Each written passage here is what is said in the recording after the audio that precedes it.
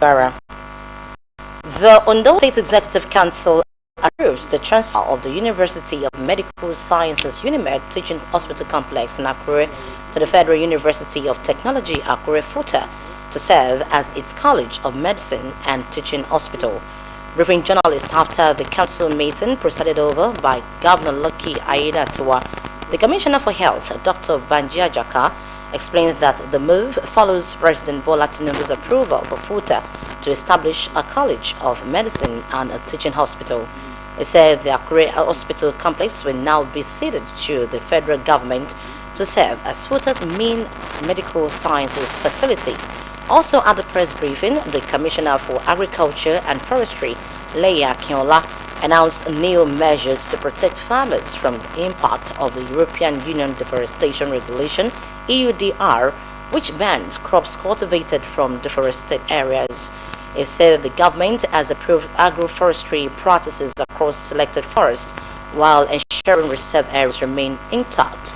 On his part, the Commissioner for Information, Idowu Ajanaku, clarified that each cabinet member has been directed to nominate a road project in their respective local government areas to impact communities directly. The Commissioner for Local Government and Chieftaincy Affairs, Amidu Takuro, said the council also ratified the appointment of His Royal Highness Joseph Ilesomi as the monarch of Shoson in Akoko's Southeast local government area. Memo was brought up today, discussed, and council finally approved that the UNIMED Teaching Hospital Akure Complex be ceded to federal government for the purpose of using it as Federal University of Technology Akure Teaching Hospital for effective take-off. The staff of the hospital, the equipment, infrastructure, C of O will transfer alongside the C of O to the federal government. They will now become staff of the Futa Teaching Hospital under the federal government of Nigeria. It does not want a road that will lead to anybody's house. It's not a road that will lead to your backyard, but a road that will make an impact in any community that is nominated. A road that will make an impact to the people of Ondo State and to the people of that community, and indeed to the government of Ondo State, and especially for the public interest. Ondo State Executive Council have approved His Royal Highness Oba Joseph Ilesomi Bolanle as Onisosan of Sosan in Akoko South East local government area of Ondo State. From now, he has become another is already established too, and no controversy over his emergence as a cabinet of the government. We have resolved that agroforestry will be practiced in most part of our forests, not all anyway. Some parts will still be left as a reserved area, while permission will be granted to some of cocoa farmers and oil palm farmers and some other farmers planting arable crops in our forest, so that we can meet up with this EU. The European Union says they want to know where these crops that we are selling to them, where they are being produced, and that borders on mapping each of the farms in our forest.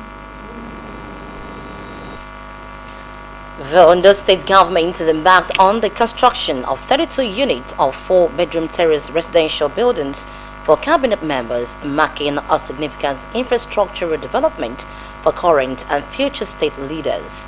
Governor Lucky Aiyedatiwa, speaking at the project's groundbreaking ceremony in Akure, explained that the initiative aims to address housing challenges faced by members of the State Executive Council by providing essential infrastructure. He also called on officials in the legislative and judicial branches of government to be patient, assuring them that they will benefit from similar housing schemes. Government House correspondent Wahab Bankole reports that the governor reiterated his administration's commitment to developing affordable housing for civil servants across the state.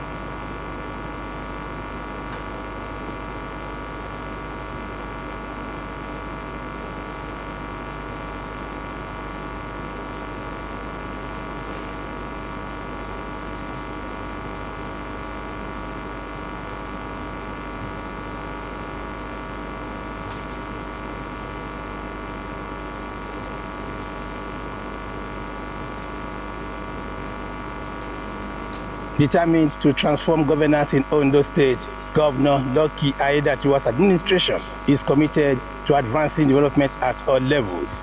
In line with this vision, the groundbreaking ceremony for 32 units of 4-bedroom terraced residential buildings for cabinet members has been held. The event attracted prominent figures from various sectors, including political leaders, traditional rulers, lawmakers, religious leaders, women's group, and senior government officials.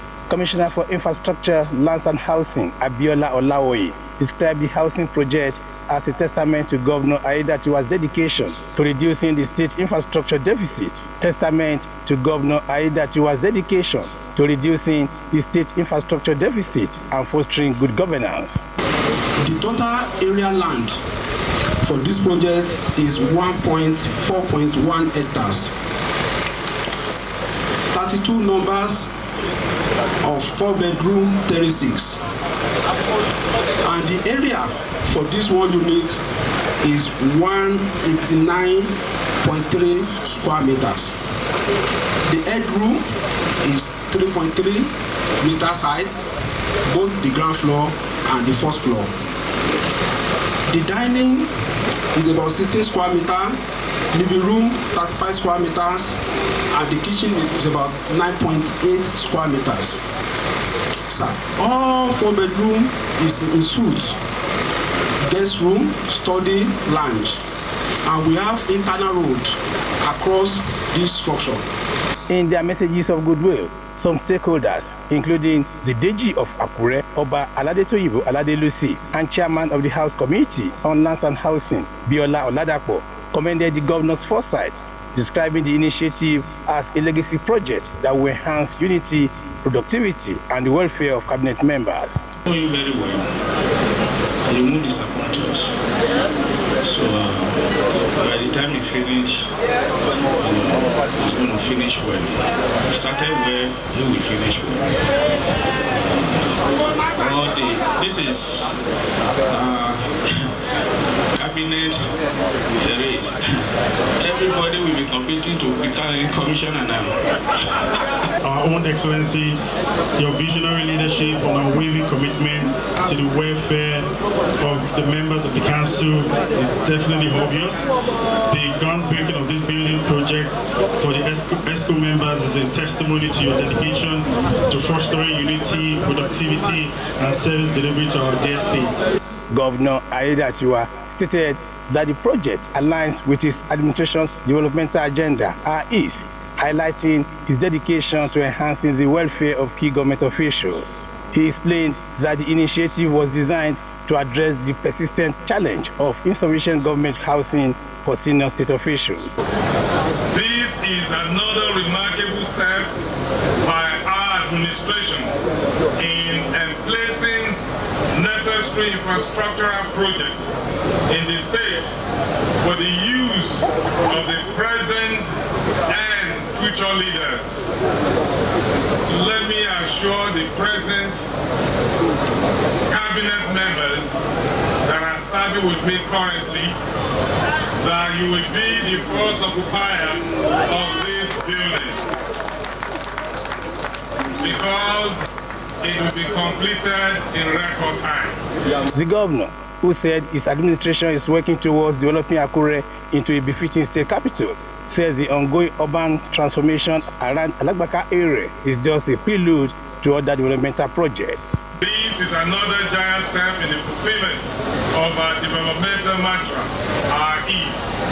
We deem it necessary to construct the 32 numbers of 4-bedroom terrace building for cabinet members in our dear state, which will feature 28 units arranged in 5 clusters of modern terrace blocks. We are glad that very soon we will have a comfortable and conducive apartment for all state executive council members whose impact in government business can never be overemphasized. The 32 units comprise 28 houses arranged in 5 clusters of modern terrace blocks, along with 4 exclusive stand-alone homes. The residential estate will also feature a gatehouse and a dedicated maintenance utility block for effective management. Wahab Bankole, Osrc News.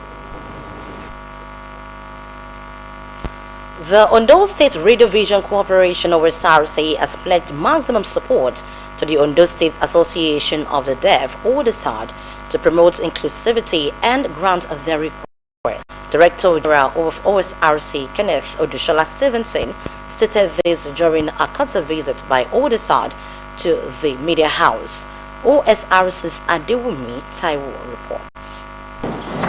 The Ondo State Association of the Deaf, Osrc, is a non-profit, non-tribal and non-religious body founded in 1992 to improve the lives of the deaf community in Ondo State.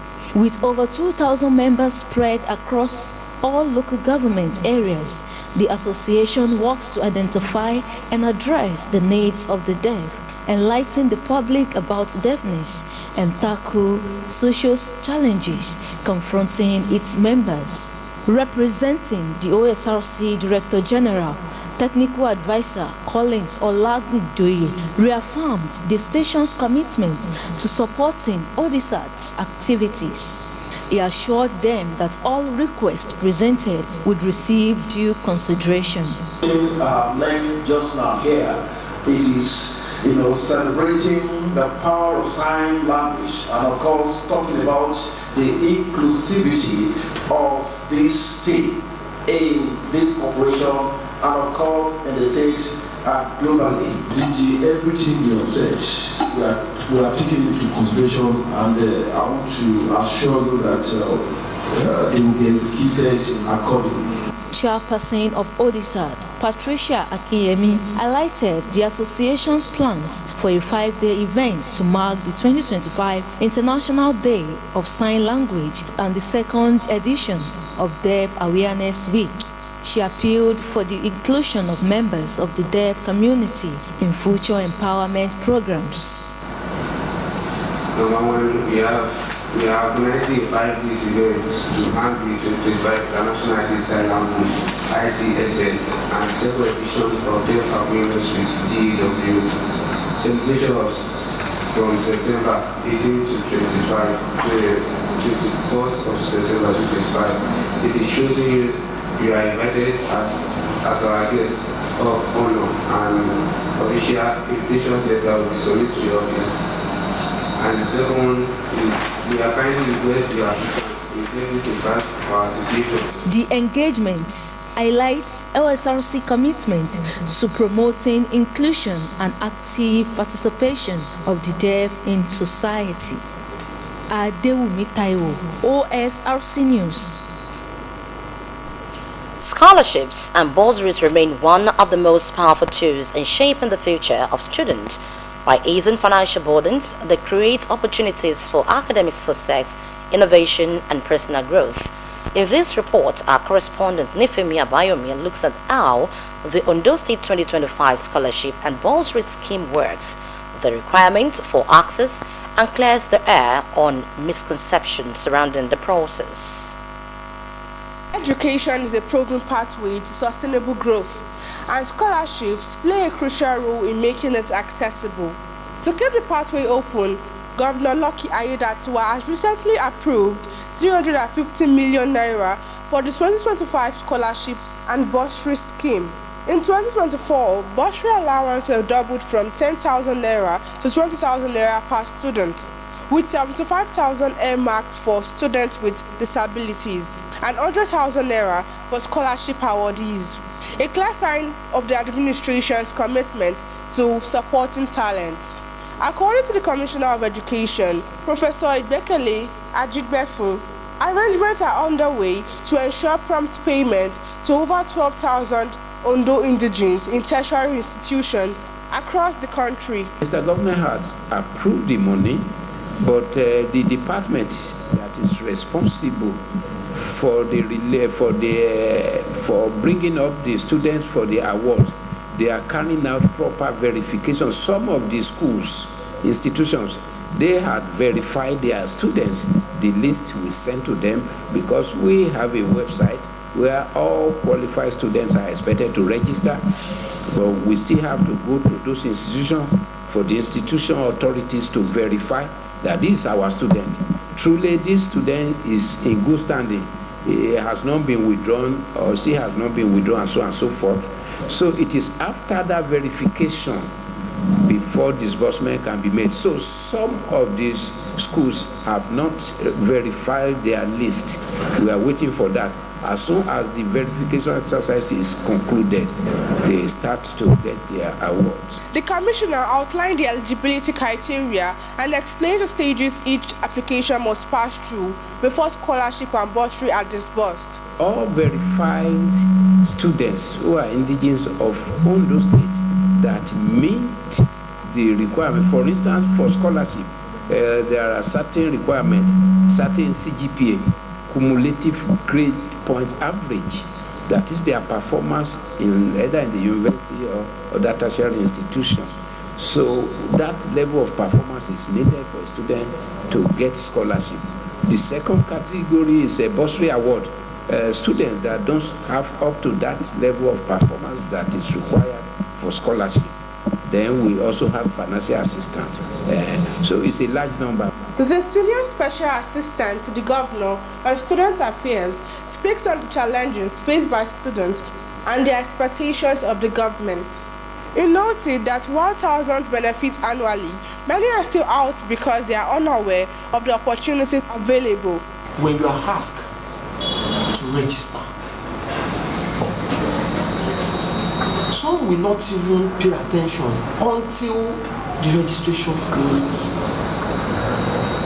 So, what can you do? And sometimes, I can remember last year we gave extension twice for them to register. And like everybody knows, information is key. When you get information, utilize it. Make use of the information. Responding to the rumor of extortion, I assure that the scholarship process remains transparent and free from any form of manipulation under the current administration. As the scheme expands, more students are expected to benefit in the coming years. By investing in scholarships, Ondo State is not only supporting education, but also building a generation of skilled and confident leaders. Oluwanifemi Abayomi, Osrc News. And still on education stakeholders in the state have welcomed the federal government introduction of new subjects into Nigeria's primary and secondary school curriculum. The reform, which features artificial intelligence, journalism, robotics, programming, and the return of Nigerian history, is being hailed as a bold step towards building a skill-driven education system. There are also concerns about how prepared schools are, as the policy is set to take off in the 2025-2026 academic session. Blessing Obi tells us more. For decades, Nigerian school curriculum has centered mainly on traditional subjects such as English, mathematics, and the sciences. While these remain essential, experts say the system has trailed behind global trends, leaving students ill-equipped for the challenges of a fast-changing world. To address this, the federal government recently announced a comprehensive curriculum overhaul to begin in the 2025-2026 academic year. Under the new policy, subjects like journalism, programming, artificial intelligence, and robotics will be introduced, while Nigerian history returns as a compulsory subject from primary 1 to GSS 3. School administrators in Ondo State see the reform as an opportunity for learners to acquire skills relevant beyond the four walls of the classroom. In line with anything technology, so she loves it, and we started STEM. Our children can build websites. This robotic, I think she's already in it. Everything technology she's into. For example, we have camera all over the school. As we're coming, she'll just go there and see who is there. So all over, she likes everything technology because we are in era of technology. So whatever I know, everything is in place for her to introduce all of these things. Our students, even the holidays, they come for this STEM program every Tuesday. They are there with the man that is teaching them. We have a website built by the students. So since we have robotics lab in the school, so the ones they are making for us is innovation stroke technology stroke entrepreneurship. So I believe that before the middle of this session, we will be able to start our innovation. Get some people that will be, although some people have been coming to train us, we have our laboratory there, some NGO will be coming to train our students, but we want to have it as part of our curriculum in the school. Chairman of the Academic Secondary School Administrators, Ondo State Chapter, Tajuddin Balogun, applauded the initiative, describing it as a reflection of government's resolve to reposition the education sector. It's a good development and it's welcomed by us, but what we are saying is how prepared is the federal government to make sure that this works out well. You want to look at power supply. Are we very efficient in it? The teachers who are going to teach these subjects in school, are they readily available? If you take that of journalism, for example, I wouldn't now know if you as a journalist would prefer to come and become a teacher in the school to teach journalism to you being a journalist in an outfit like this. So these are the challenges. Until government sits right and make teachers become one of the first-class citizens of Nigeria, it is still going to be difficult. But it's a good development and it is workable. Let's start it. In some schools, like in Ondo State, they have schools where they do robotics before. So we want to encourage others that they have it, but government to support these schools to make sure that they get it right. However, some stakeholders warn that without adequate teacher training, upgraded infrastructure, and proper funding, the implementation could face serious challenges. Educationists maintain that if effectively executed, the new curriculum could empower Nigerian students with the digital skills and literacy needed to compete on the global stage. Blessing Obi, Osrc News. The dualization of the Akure-Idori Road, officially flagged off by Ondo State Governor Lucky Aiyedatiwa on April 30, 2025, is already yielding remarkable results.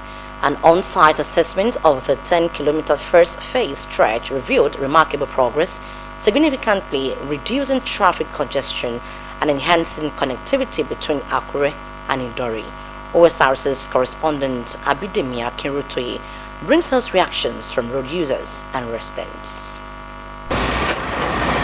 For years, the Akure-Idori Road was a commuter's nightmare, infamous for its congestion and out-of-vogue single-lane thoroughfare.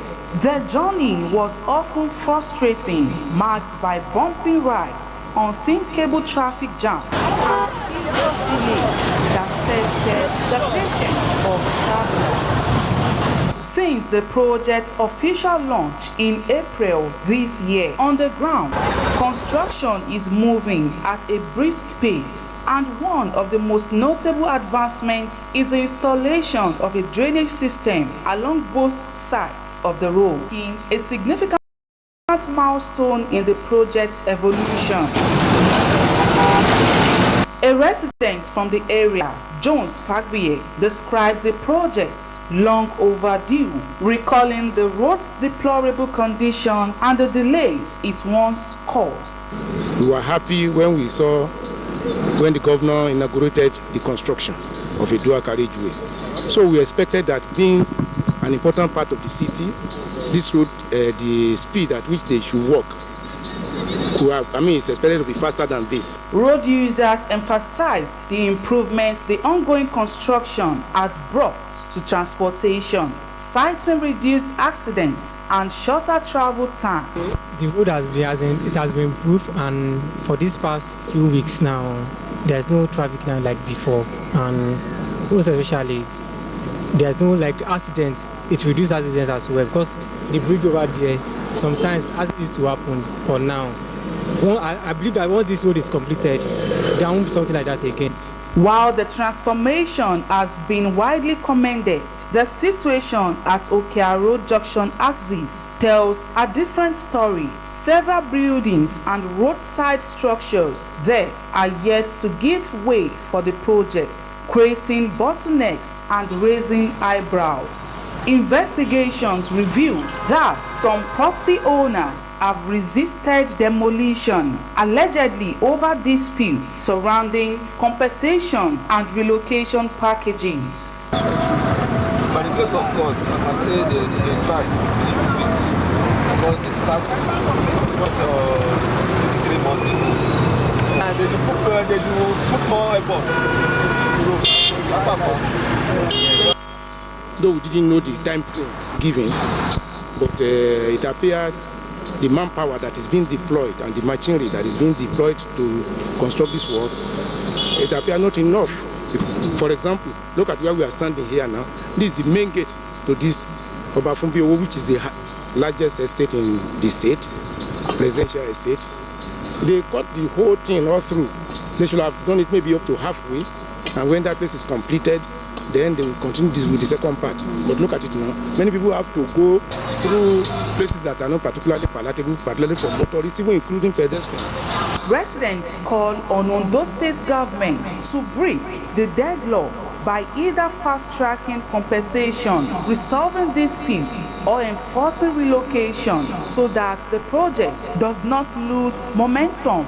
Upon completion, this flagship project is expected to significantly enhance the quality of life for residents and road users, fostering a safer area. Abidemi Akinrote, Osrc News. And with that report, we conclude the news this afternoon. We say thank you very much for watching. Do enjoy the rest of your day.